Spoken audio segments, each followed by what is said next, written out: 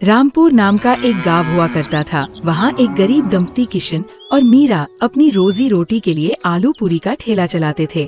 उनकी पूरी का स्वाद लाजवाब था। मसालेदार आलू की सब्जी, ऊपर से हरी मिर्च और धनिया की खुशबू और फूली फूली गरम पूरी।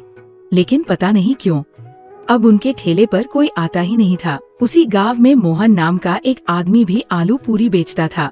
उसके ठेले पर रोज इतनी भीड़ रहती कि जगह भी नहीं मिलती थी। एक दिन दो ग्राहक वही बात कर रहे थे।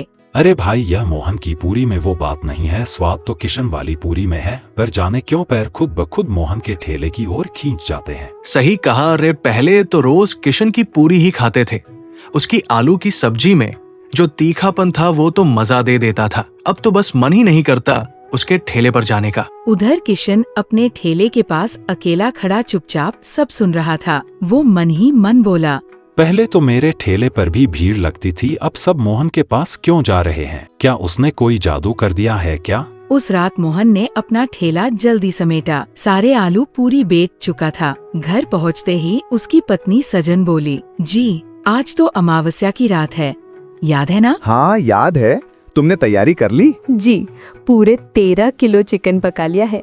पर बताओ ना, हर बार 13 किलो ही क्यों, 10 या 20 क्यों नहीं? अरे भगवान, मैंने उसे 13 तारीख को ही नींद से जगाया था। अब उससे हर अमावस्या को 13 किलो चिकन चाहिए।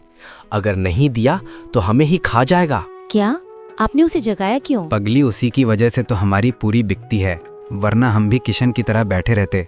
उसके कारण ही हमारे अच्छे दिन आए हैं, उसका शुक्र मानो। चलो अब सो जाओ, मैं जाकर उसको चिकन खिलाकर आता हूँ। और फिर वो घर से निकल जाता है। उसकी पत्नी सोचती हुई बोलती है, आखिर वो कौन है जो हर अमावस्या को 13 किलो चिकन मांगता है? अगली सुबह सूरज की किरणें गांव की पगडंडियों पर फैल चुकी थी। मोहन अपने ठेले को चमका रहा था। तेल गर्म हो चुका था और पूरी तलने की खुशबू पूरे चौराहे में फैल रही थी। उसके चेहरे पर वही आत्मविश्वास था। उधर किशन अपने ठेले पर उदास बैठा था। बर्तन सजे थे, आलू की सब्जी तैयार थी, पर ग्राहक कोई नहीं। कभी मेरे ठेले पर भी भीड़ रहती थी, अब तो जैसे गांव वालों को मेरा चेहरा भी नहीं दिखता। तभी गांव में शहर से आए एक दंपत्ति दाखिल हुए, राकेश और नेहा। उन्होंने गांव वाले को रोका। बहन जी, हम नए आए हैं इस गांव में, नाश्ता करना है, बताइए कहाँ मिलेगा अच्छा? सबसे बढ़िया नाश्ता तो मोहन के ठेले पर मिलता है, यहीं पास में है। दोनों ने शुक्रिया कहा और चल पड़े। जब वे मोहन के ठेले के पास पहुँचे तो वहाँ भारी भीड़ लगी थी। अरे जी, यहाँ तो बहुत भीड़ है, कितना इंतजार करें? सही कहा, चलो कहीं और देखते हैं। तभी नेहा की नजर पास में पड़े एक सुनसान ठेले पर पड़ी। देखो उधर वो ठेला कितना साफ है और खुशबू भी कितनी अच्छी आ रही है। हाँ, चलो वहीं चलते हैं। वो दोनों किशन के ठेले पर पहुँचे। किशन ने उन्हें देखकर मुस्कुराते हुए कहा, आइए सर मैडम, गरम गरम आलू पूरी दूं? हाँ भाई, 2 प्लेट देना, पूरी एकदम फूली हुई होनी चाहिए। किशन ने स्नेह से 2 प्लेट परोसी। दोनों ने पूरी चखी। वाह, ये तो वाकई लाजवाब है। सच में भाई, तुम्हारी पूरी का तो कोई जवाब नहीं। पर एक बात बताओ, इतने बढ़िया स्वाद के बाद भी यहाँ कोई ग्राहक क्यों नहीं? क्या बताऊं साहब, उस मोहन ने कुछ जादू कर रखा है। गांव वाले अब मेरे ठेले की तरफ देखते भी नहीं। आप शहर से हैं इसलिए बच गए, नहीं तो आपके पैर भी उसी के ठेले की ओर खिंच जाते। अरे भैया, ऐसा कुछ नहीं होता, अपने कर्म देखिए, जादू टोने पर क्यों दोष डालते हैं? इतना कहकर दोनों चले गए। पर उधर मोहन ये सब दूर से देख रहा था। वो तुरंत अपना ठेला समेटकर जंगल की ओर निकल गया। अंधेरा गिरने लगा था। जंगल के भीतर वो एक पुरानी गुफा में दाखिल हुआ। भीतर से कुछ मंत्रों की आवाज आई। ठीक 10 मिनट बाद वो पसीने से तर हाँफता हुआ बाहर निकला। अगली सुबह वही शहर वाले फिर नाश्ते के लिए निकले। सुनो जी, पता नहीं क्यों मेरा मन उस मोहन के ठेले पर जाने का कर रहा है। अरे मेरा भी। कल तो मैंने कहा था वहाँ भीड़ ज्यादा है, फिर भी मुझे आज वहीं जाने का मन कर रहा है। दोनों हंसते हुए सीधे मोहन के ठेले पर पहुंचे। किशन दूर से ये सब देख रहा था। उसका चेहरा सफेद पड़ गया। तो अब उन पर भी जादू चल गया। जब राकेश और नेहा नाश्ता करके लौट रहे थे तो रास्ते में एक गांव के मुखिया मिल गए। कैसे हैं शहर वाले बाबू, कैसा लगा हमारा गांव? बहुत प्यारा गांव है मुखिया जी, बस एक अजीब बात है।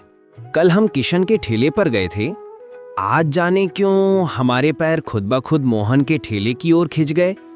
कुछ तो अजीब है उस ठेले में। अरे नहीं बाबूजी, कुछ अजीब नहीं, मोहन के आलू पूरी का स्वाद ही ऐसा है कि लोग खुद खींच जाते हैं। पर राकेश और नेहा जब आगे बढ़े तो दोनों के मन में एक ही सवाल गूंज रहा था, क्या सचमुच स्वाद खींचता है या फिर मोहन का कोई रहस्यमयी राज? शाम का समय था।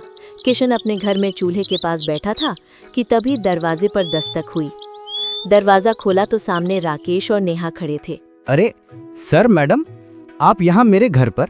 जी, जो आपने कहा था लगता है वो सब सच है। देखा, मैंने पहले ही कहा था वो मोहन कोई साधारण आदमी नहीं है, पर आपको यकीन ही नहीं हुआ। अब यकीन हो गया है किशन।